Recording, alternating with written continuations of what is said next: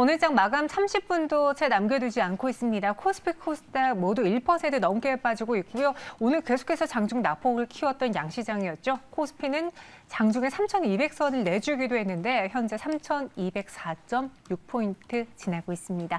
두 분과 함께 마지막까지 시장 전해드리도록 할게요. 정태근 팀장님, 송동현 대표 나오셨어요. 어서 오세요. 네, 반갑습니다. 네, 안녕하세요. 이런 시장 안에서도 살좀 갖고 오라고 하는 제작진이 좀 미울 수도 있고 기회로 볼 수도 있는 거잖아요. 두 분은 어떤 종목을 갖고 오셨는지 마감에 산다 종목 키워드 들어볼게요.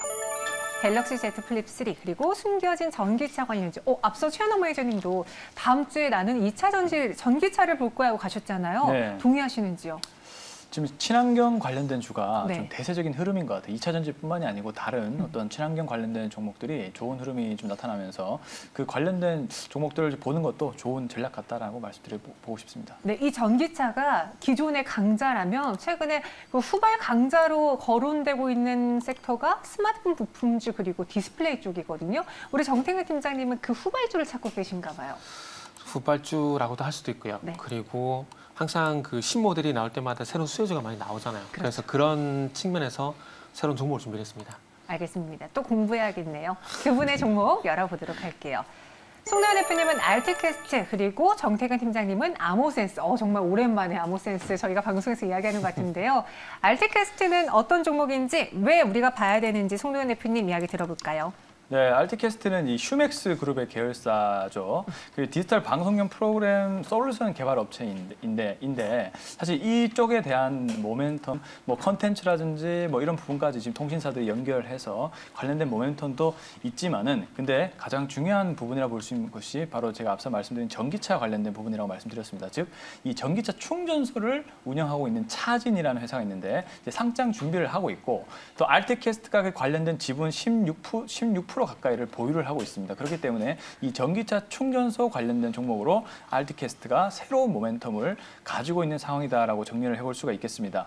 자, 그렇기 때문에 지금 전기차 관련된 종목들이 사실 많이 오르고 그런 상황이기 때문에 이런 이제 숨겨진 그리고 관련된 2차 전지라든지 전기차 관련된 종목들을 한번 찾아보는 것도 좋은 전략이지 않을까라고 좀 생각을 하고 있습니다. 그리고 이제 관련된 모멘텀은 이렇게 단순하지만은 실적적이나 이런 부분들을 보면 작년에는 이제 1분기 쪽도 적자였는데 이번에 보시면 알겠지만 1분기에 흑자로 돌아서면서 주당 순이익이 18원 정도가 나왔습니다.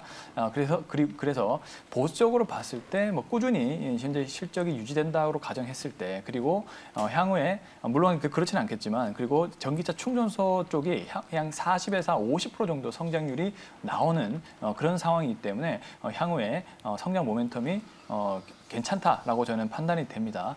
그런 상황에서 밸류 쪽을 좀 살펴본다면은 지금 제가 계산을 해봤을 때는 포워드 밸류 근처로 봤을 때는 약 28배에서 29배 정도 나쁘지 않은 그런 밸류에이션이 나오고 있습니다. 왜냐하면 성장 자체가 40에서 50%가 나오는데 현재의 관련된 밸류가 한 28배 정도라면은 아직 상승할 여력이 남아있다는 것이죠.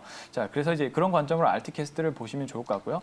만약에 이제 또 차트를 좀 본다면은 차트도 사실 지금 막 이제 올라가려고 하는 그런 모습이 나타나고 있습니다. 그리고 거래량도 계속적으로 들어오는 모습들이 나타나고 있는 상황이기 때문에 기술적인 부분으로도 매수하기가 적합한 지금 또 보시면 5일선을 지지를 하고 있으면서 이격이 벌어지지 않았죠. 자, 그렇기 때문에 신규 매수자 분들도 충분히 관심을 가져볼 수 있는 그런 자리대라고 저도 판단이 되기 때문에 이 종목을 가져왔다라고 볼 수가 있겠고 정리를 하면 밸류와 그리고 성장 그리고 기술적인 모멘텀을 전부 좀 고루 갖추고 있는 상황이 아닌가라고 판단해서 가져왔다라고 볼 수가 있겠습니다. 네, 최근 알티캐스트 주가 변동성 키우면서 계속 이제 고가를 뚫어내려고 움직임을 보였거든요. 한번 이번에 송도현 대표님의 힘을 받아서 오를 수 있을지 저희도 같이 눈여겨보겠고요. 새로운 종목도 새로운 수혜를 받을 수 있는 종목이 아모센스인가요? 네, 일단은 그렇게 될 것 같습니다. 그리고 지금 갤럭시 폴드 Z3가 나오게 되면서 이제 뭐 인텔플렉스라든지 파인테크닉스라든지 이렇게 새로운 어떤 수혜주들이 조금씩 나오는 상황인데 아모센스도 마찬가지라고 좀 봐야 될 것 같습니다.